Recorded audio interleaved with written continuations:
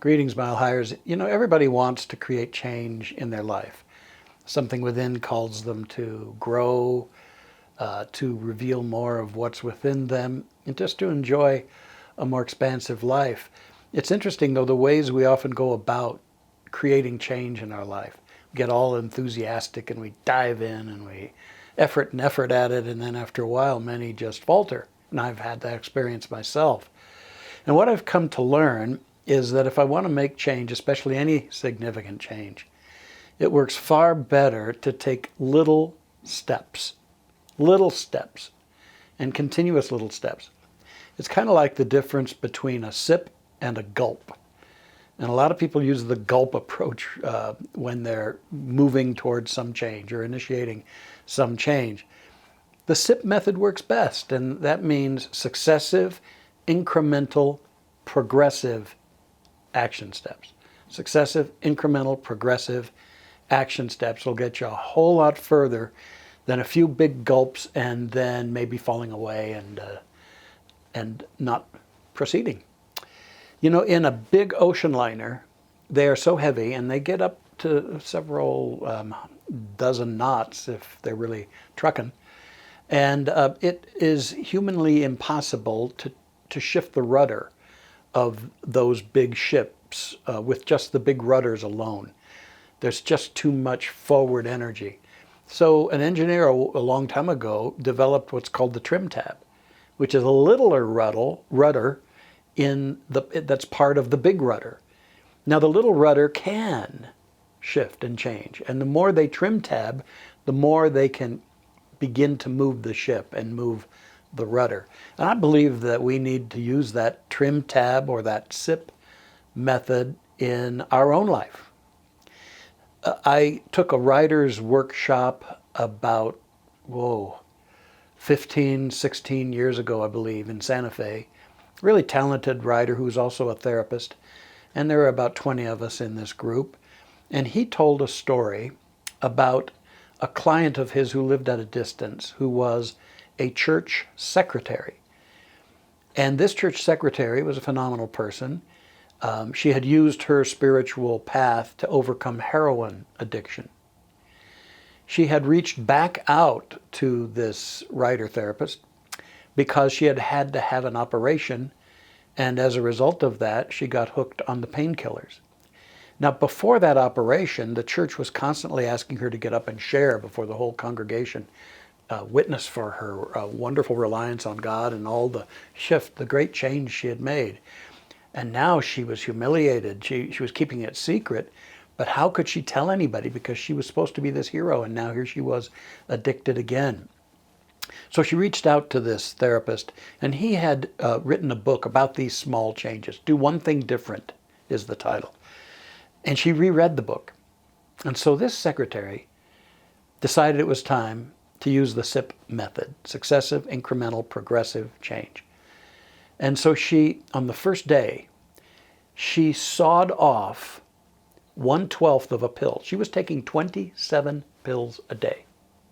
So that first day she took 26 11/12 of a pill. And she kept doing that day by day, just a little bit off the pill. It took her a month to get down to 26. But she kept going, and she found that she could cut a little more off the more she kept doing this and maintaining her dedication to the little shifts, the little reduction of what she was taking in. Until about a year later, she was entirely clean. And then she got up in front of the congregation and she shared that, and everybody embraced her in their heart and got a lot of great growth out of it. So the end result is what we really care about. And sometimes we get over enthusiastic and we want to make it all happen really quickly because, of course, we're instant gratification folks in this society sometimes. And sometimes those big gulps seem okay, but then after a while, they're hard to sustain. So why not make progressive bits of change, cheerleading oneself all along the way, and realizing that the more we do that, the cumulative power of that starts moving us along even more fully. I teach this in the meditation retreat. I tell them at the end of our 4 wonderful days, I'd rather have you do 15 minutes a day for the next month than have you all enthusiastic from this retreat sit down to do 45 minutes or an hour, because I'm not sure you're going to be able to integrate that into your life with all the things you have to face. So why not those 15 minutes? Because regular, daily 15-minute sessions will become more powerful than like once a week, hour-long sessions. I've seen that and known that to be true. So I offer this to you. Whatever it is you're working on in your life, remember this phrase, which I think is from Philippians. This one thing I do, letting go of the things that are behind me and reaching forth to that which is before me, I press toward the mark for the high calling of the prize of God. So press on, take some sips, and let your life continue to grow into your greatness. Many blessings. Let's turn within and anchor this in prayer. How good it is to know that the forces of the universe are conspiring for our greatness. And we realize we're up against lots of old habits and old patterns, and yet the spirit within is ever greater than them. So we connect with that spirit of life and of energy, that love, that creative source of which we are a part. We give thanks for the realization that this God life is for us and never against us. So I affirm and know that with this sense of the truth of our being, and knowing that we are ever greater than circumstances, patterns, or obstacles, I know that the steps taken in your life and mine, progressively reaching for the prize of the high calling of God, that we do indeed achieve more and more freedom, more and more blessings, more and more joy and peace in this life. For I know that the spirit of the I am in you and in me is light. It is abundant life. It is ever unfolding expression. It is love.